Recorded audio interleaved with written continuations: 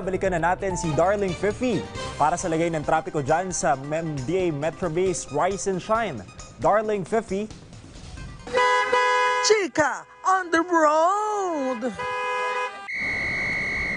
Rise and shine, Darling Gam! A.K.A. Jose Gabriel. O, hawakan mo yung chan kung gusto mo ng swerte. Darling Love Alfonso. it! O, dahil dyan, silipin na po natin. O, yeah, Darling. Yan, Rise and Shine. Sige, anong chika on the road mo? Sinasabi ko sa'yo, sinisingitan mo ako, Darling Gab. Buti na lang, mahal kita. O, eto na, ang Chika on the road. Unahin po natin dyan sa Edso Oliveros. Makikita po natin, wait po, ubo lamang ako saglit. Pasensya na po. Ayan, kita po natin yung right side, no? Mabigat na po ang sitwasyon ng trapiko.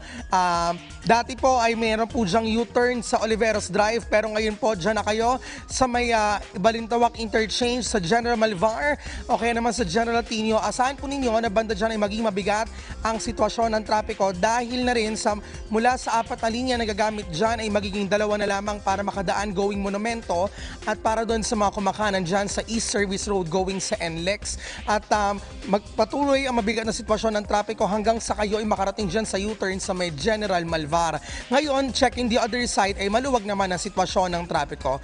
Next, ay check naman natin dyan sa may Main Avenue, makikita natin na mabigat na ang sitwasyon ng trapiko dyan. Magsisimula po ang bigat ng trapiko doon sa may bukana ng Cubao Tunnel hanggang sa makarating tayo dyan sa may Santo Ana Flyover. Pero makalampas naman, gaya dun sa ating pinagpuntahan natin kanina sa ating stopover, wala namang problema dahil magiging light naman muli ang sitwasyon ng trapiko at magkakaroon muli ng onting build-up dyan sa may Ortigas Flyover. Samantala, ang northbound naman, nagkakaroon lamang ng onting build-up ng mga sasakyan dyan sa mga tunnels sa flyovers. Pero once naman na makalampas, ay dire-diretso na muli ang inyong magiging biyahe.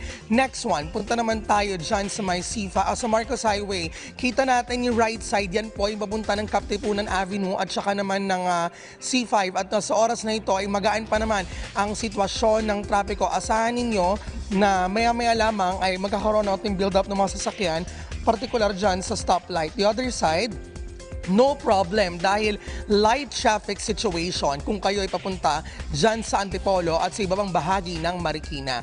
Last one, check natin dyan sa may C5 Eastwood. Kita po natin yung bigat ng trapiko para sa ating mga ka-Vive na papunta ng southbound. So asahan ninyo na talagang kung kayo ay hindi gumising ng maaga, ay may pag-asang mali talaga kayo sa inyong mga paroroonan. The other side, no problem dahil light traffic naman ang sitwasyon ngayon dyan. Hindi pa rin po ipinatutupad ang number coding scheme sa Metro Manila dahil pa rin sa patuloy na general community quarantine status. At para sa iba pa mga traffic updates, maaaring yung silipin ng Twitter, Facebook at website ng MMDA. At kung meron naman tayong mga emergency, andyan po ang hotline ng MMDA na 136. At ngayon, dito sa ating segment na Traffic 101, pag-usapan natin na patungkol sa EDSA Busway. Makakasama po natin ngayong umaga, walang iba kundi ang Operations Commander ng MMDA Metro Base, walang iba kundi si Sir Vic. Hi Sir Vic, Rise and Shine. Rise and Shine, Fifi, at sa inyong studio at sa inyong mga tagapakinig at tagapakinig. At bonggang-bongga ang inyong pa-facial. Sir, sa busway kasi, isa sa mga napansin natin, yung takbo ng mga bus. Ano po ba ang standard or ang maximum speed? Ang maximum speed limit na ibinigay ho natin sa mga buses ay 50 kph. Sir, pansin din natin yung in terms doon sa barriers, may ilang kasing part dyan na may gap. So ano po yung ginagawa ng MMDA? Actually, sa ngayon ay patuloy tayo nag-i-inspect doon sa area ng busway natin at makikita nyo sa camera, merong ang gumagawa doon at yan ay inaayos ng ating road safety unit, ang mga barrier na yan. Sa ngayon naman ho ay ang kahabaan ng EDSA, partikular na rito sa may Estrella hanggang doon sa paglagpas ho ng Oliveros ay medyo okay na ho. Dikit-dikit na ho siya, maging sa kabilang bound, ganun din ho. Merong portion lang ho dyan sa may bagong baryo kasi nga ho ay hindi pa natin na isasara yung U-turn slot dyan sa may General Malvar. At kasalukuyan ho ay aayusin na natin yan in preparation ho doon sa closure sa next Monday. Sir, ang pansin kasi natin, the side of the private vehicles, the grab taxis, hindi sila pabor dito.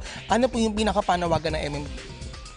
Well, bigyan natin ng pagkakataon ng aming ahensya at ng OTR sa pagpapatupad dito sa busway. Kasi nga ho ay kung dati ho ay 2 lanes yung naka-allocate sa kanilang yellow lane doon sa mga public utility buses na isang lane na lang ho. So i-maximize na lang ho natin ang gamit ng kalsada at hindi naman ho kayo pinagbabawalan dyan sa dating yellow lane na pumasok, pwede na ho natin gamitin yun. Alright. Last na sir, ayon sa mga accidents po kasi kahapon, meron po nangyari na sagasaan po yung babae dyan sa may bandang Balintawak, no? At saka yung inatake po sa puso na isang driver dyan sa may EDSA Kamuning flyover. Yun nga ho, doon sa mga driver ng truck, siguruhin ho natin na nasa good condition ang ating mga driver din, kompleto sila sa physical test at malaman yung condition. At napakainit ho ng panahon, maaaring yun ang nag-trigger ho na atakehin sa puso yung driver. Pero agaran naman nung naresyo ng MMDA. Doon naman ho sa mga tumatawid, hindi naman ho nagkulang yung gobyerno ho natin. Meron 2 footbridges ho dyan sa may Balintawak EDSA. Doon ho tayo tamang dumaan ho at tumawid ng kalsada. Kasi nakakatakot ho talaga. Like yung nangyari kahapon na talagang nasagasaan siya. Dapat sa footbridge na talaga tayo tatawid ho. Ayan, yan po ang paalala ng MMDA. Maraming salamat, sir, sa pakikisama natin dito sa Traffic 101 every Wednesday yan, sir. Thank you so much and I love you.